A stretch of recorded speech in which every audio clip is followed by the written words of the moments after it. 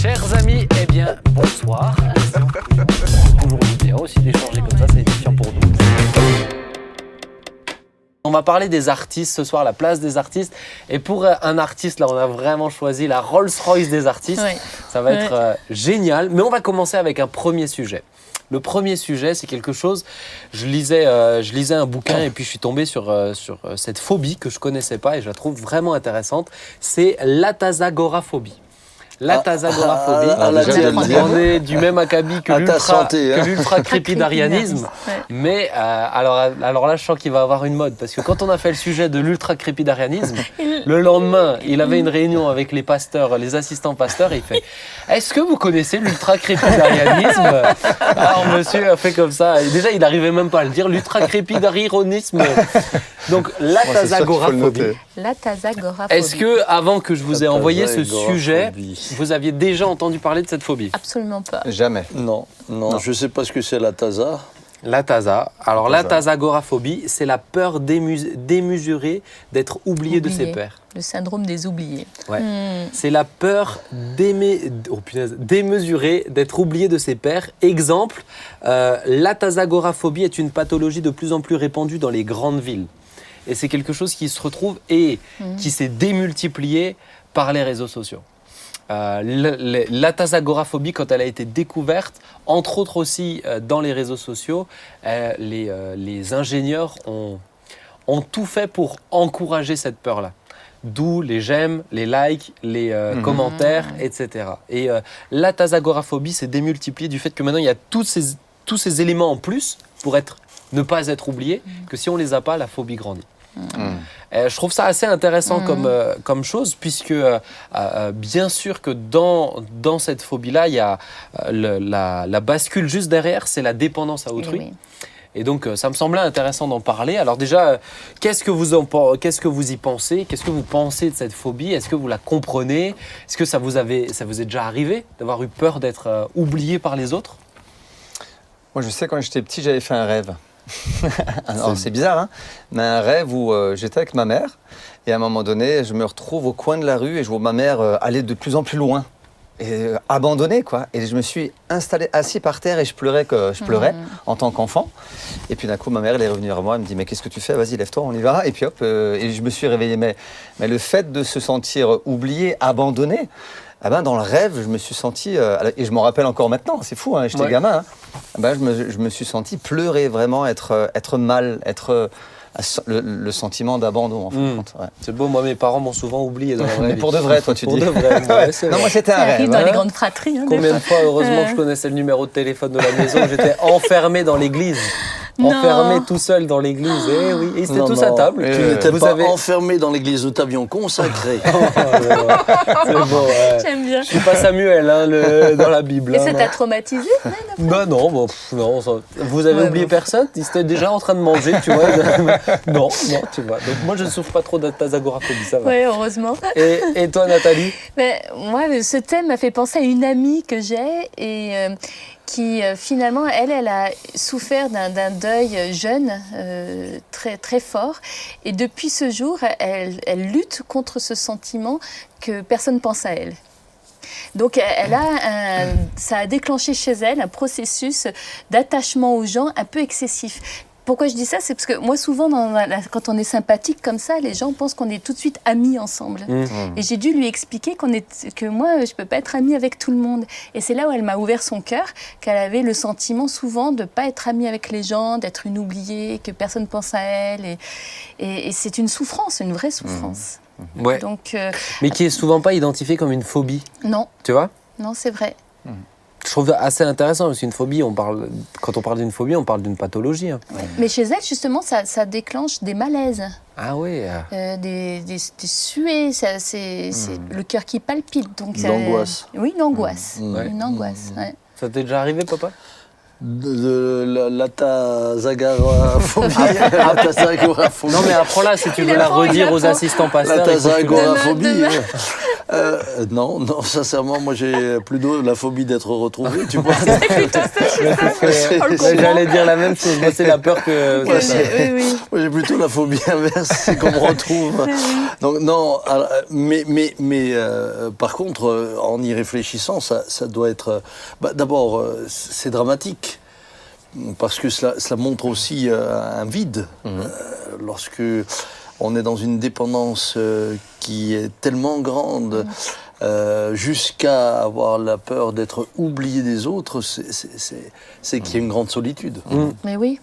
Mais comment on explique que, que le phénomène il se retrouve particulièrement aussi dans les villes, dans les villes où tout le monde est finalement très physiquement, logiquement proche, mais finalement tellement seul aussi. C'est très impersonnel, je pense, une grande ville. Tu croises beaucoup de gens au métro, si tu es à Paris ou Lyon, je ne sais pas où, ou bien tu es tout le temps environné de monde, mais qui ne te connaît pas. Et même les voisins, souvent dans des grandes villes, ne se connaissent pas forcément. C'est pas systématique. Mais donc, tu es seul au monde dans le monde, en fait. Et ça, je pense que ça amplifie le phénomène, si tu es déjà sensible. Oui, alors ça me rappelle qu'un jour, j'étais dans le métro parisien et un homme est rentré pour partager ses difficultés. Il voulait récolter un peu d'argent. Mais il faisait, entre guillemets, il faisait pas la manche. Il parlait de sa détresse. Et tout le monde restait là, dans ses écouteurs, dans ses journaux, personne ne le regardait. Et tout d'un coup, j'ai vu ce gars craquer. Et il dit, prenez votre pognon et j'en ai rien à faire. Et les quelques pièces qu'il avait, les a jetées dans le métro. Et il a craqué comme ça. Parce que finalement, il était au milieu des gens, mais dans une solitude peut-être encore plus grande. Parce que justement, tu t'attends. Tu t'attends parce qu'il y a des gens à ce que quelqu'un réagisse. Et moi, j'étais pas habitué à ça. C'est triste. Hein. Et c'est vraiment triste. Évidemment, entre-temps, je me suis bien rendu compte que dans les métros, mais de plus en plus avec la technologie qui s'est développée, vous avez les gens qui sont seuls, les uns à côté des autres, mais chacun dans son monde. Mais oui, une bulle. Hein. Mais c'est ça, c'est-à-dire c'est la peur d'être oublié par ses pairs, certes, mais en même temps, tu ne veux plus de vraies relations avec tes pairs. Tu veux des likes, mais tu veux plus tu cherches plus. Quand on est à table comme ça, tout le monde a son téléphone pour attendre les likes sur les photos que tu viens de poster. C'est les syndromes aujourd'hui. C'est là où, pour moi, il y a quelque chose qui est vicieux. C'est que finalement, la vraie relation, je pense que si tu as de vraies relations, tu vois, des choses, pas beaucoup. Tu as bien dit, tu ne peux pas être ami avec 20 000 personnes. Tu ne dois pas souffrir de ça, je pense. Et en même temps, c'est un vrai besoin qu'on a. C'est un vrai besoin de relation et quelque part de se sentir autant accepté par les autres et aimé de quelqu'un. C'est-à-dire, c'est difficile de se dire moi j'ai besoin d'amour de personne, d'attention de personne et je me suis fait à moi-même. C'est pas possible. On a besoin les uns des autres, mais là on parle d'une phobie. Donc ça on sent qu'il y a une blessure ou on sent que peut-être les gens ont un vide. Vide énorme. Et puis la peur d'être oublié par ses pairs signifie pas qu'on est oublié par ses pairs. C'est cette peur en fait qui alimente et qui alimente un peu ce que tu donnais là comme exemple tout à l'heure, cette dépendance aussi affective. Et je pense qu'on a tous connu des personnes comme ça, mais qui affectivement, t'es leur ancre, t'es leur pilier, t'es sur quoi. Bon voilà, si t'es pas là, ils n'ont plus personne. Moi, ça m'amène très vite à témoigner de Jésus, je te dirais. S'ils dépendent de moi, je dis, oh là, vous faites fausse route. C'est tout de suite. Moi, je trouve que ça m'amène de l'élan. Et j'aime tellement ce sentiment que même quand on se retrouve seul, je pense à des cas extrêmes, des personnes qui sont seules sur un lit d'hôpital, par exemple, qui ont le sentiment qu'ils luttent tout seuls dans une maladie. De savoir que Jésus est avec nous, ça t'enlève le syndrome de l'oublier tout de suite. Après, je suis d'accord avec ça, mais en même temps, à un moment donné, tu fais quand même le relais. Enfin, à un moment donné, les personnes qui sont tout le temps seules et qui vivent dans une solitude ont besoin de personnes à côté d'eux. Alors bien sûr, c'est difficile des fois quand les gens s'accrochent et disent « bon, t'es mon ami, maintenant, je te lâche plus ». Mais ils ont besoin de ce temps, des fois, où oui, ils vont être moi, j'ai fait accrochés. court, hein. Voilà, le temps de Mais oui. les emmener justement à s'accrocher à celui qui, lui, nous comble totalement. Ouais. Quoi. Dans la peur d'être oublié, il y a aussi la peur de ne plus avoir d'importance. Ah ouais. Il y a la peur Ah oui. De compter pour rien. C'est littéralement existentiel. Compter pour rien. De ne plus exister, de compter pour rien. C'est ça. Et parfois, c'est aussi le résultat d'une espèce de rivalité. On se rend compte que tu parlais d'un poste que tu fais et personne ne répond. Alors qu'avant tout le monde répondait, tu te rends compte que maintenant les gens répondent à un autre et tout d'un coup il y a une espèce de rivalité et puis une angoisse qui s'installe. Ce qui est terrible, c'est qu'on est dans un débat complètement artificiel. Parce que ça se passe par des likes, par des ceci, des cela. On est, j'allais pas se dire, on n'est pas dans la... On est dans la réalité, mais en même temps, on n'est pas dans la vraie vie qui est faite de relations. Mais ça s'est aggravé avec les réseaux sociaux. Mais ça existait déjà avant. C'est-à-dire que le fait aussi que c'est la gentrification, c'est ça, ou le phénomène où les gens sont de plus en plus dans les villes. C'est ça, je crois, la gentrification. Ah, mais je sais pas. Mais, nous apprend un autre mot, c'est ça? Je crois que c'est ça. Mais ça, c'est peut-être ma question. Je ne pense pas, je pense pas que dans une tribu africaine, on subisse la tasagoraphobie. Non. Donc ma question, c'est est-ce que notre système de société à nous, on voit bien que ça crée ce genre de peur-là, mais est-ce qu'il est viable alors ? Il nous a mené à une forme d'individualisme. Oui. Puisque au travers des moyens que nous avons, chacun a pu satisfaire ses propres besoins et ses propres plaisirs, et de plus en plus, ça a aussi mené à une forme, pardonnez-moi, mais parfois d'égoïsme, qui a amené cet isolement. Mais oui. Et en même temps, on réalise maintenant qu'on est dans l'isolement qu'on a besoin de la relation avec les autres. Et je crois que c'est de cela qu'il faut sortir. C'est de cela qu'il faut sortir. Le confinement, ça a dû même accentuer ce phénomène chez beaucoup de personnes. Bien sûr. C'est clair. Beaucoup de personnes. Et tu vois, ça a touché beaucoup de gens, lorsqu'il y a eu toute cette équipe qui a appelé des personnes parce qu'elles se sont dit « Ah, mais on ne m'a pas oublié ». Souvent, tu entendais ça, on n'a pas oublié. Et ça touchait énormément. Et beaucoup de personnes se sont senties encore plus seules pendant cette période-là. Ouais. Mais tu vois, moi, je me questionne quand même si... Tu sais, il y a tout un mouvement de personnes qui sont pour la vie communautaire, de nouveau revenir à des trucs comme ça. Mais justement en opposition à ce système. Ouais. Comment on fonctionne. Mais la question, c'est est-ce que le système en soi, faut sortir du côté individualisme, etc. Mais si tout encourage l'individualisme, est-ce que c'est viable d'en sortir? Est-ce que c'est possible? Moi, je pense que oui, quand même. Ouais. Moi, je suis optimiste sur ce point.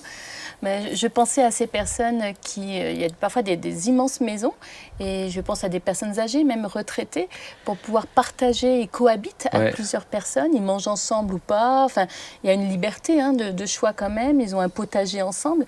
Mais je sais que il y a eu des témoignages vraiment intéressants sur ça. Le sentiment qu'on comptait pour quelqu'un d'autre quand même si c'est construit un petit peu à la va-vite, mais c'est comme aussi des personnes qui choisissent de rejoindre un club d'amitié, parce que je pense que c'est quand même une attitude qui est positive, parce qu'on cherche à trouver des solutions. Donc, il faut encourager ces initiatives. Mais là, toutes les initiatives, tu me parles du relationnel humain. Mais et physique, c'est-à-dire que c'est de l'interaction en direct. En vrai. Comme on l'a dit, pas derrière un écran, virtuel, etc. Parce que celle-ci est biaisée, tu peux pas approfondir, quoi.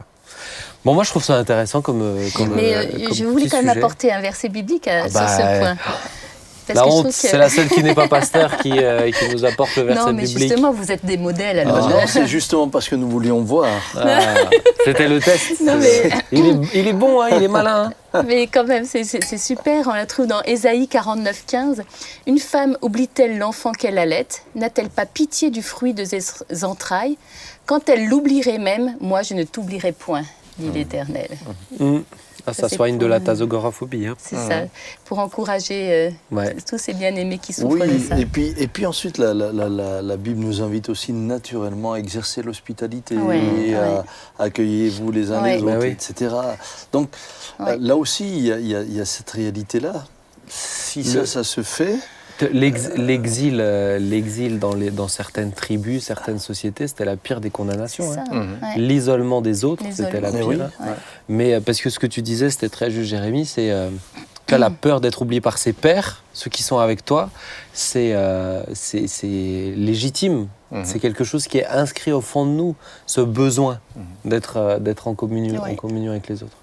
On ne peut pas vivre seul. Ouais. Non, c'est pas possible. non, on n'est pas fait, Mais non, on n'est pas fait pour vivre on n'est ça. pas fait Et chrétiens, exercer l'hospitalité. Ouais. Exercer, c'est tellement merveilleux. Et même quand Dieu dit qu'on est son peuple, être un peuple de Dieu, c'est pas être seul, Ouais. c'est être ensemble, c'est tous ensemble. Mhm. Et déjà là, il y a un sentiment où on appartient à un peuple, à une famille. Et donc, du coup, on est déjà plus C'est seul. ça, on est déjà plus seul. Ah bien voilà pour un petit sujet. Merci Hein pour ce nouveau terme. Une petite que réflexion. Nous emploierons dès que nous le pourrons. La tasagoraphobie. Là, ce soir, elle va sortir à Dominique. Ah, ben elle va sortir. voilà. La Tu as tasagoraphobie. tasagarophobie. Tu vas t'entraîner à la conjugaison. Hein. Oui.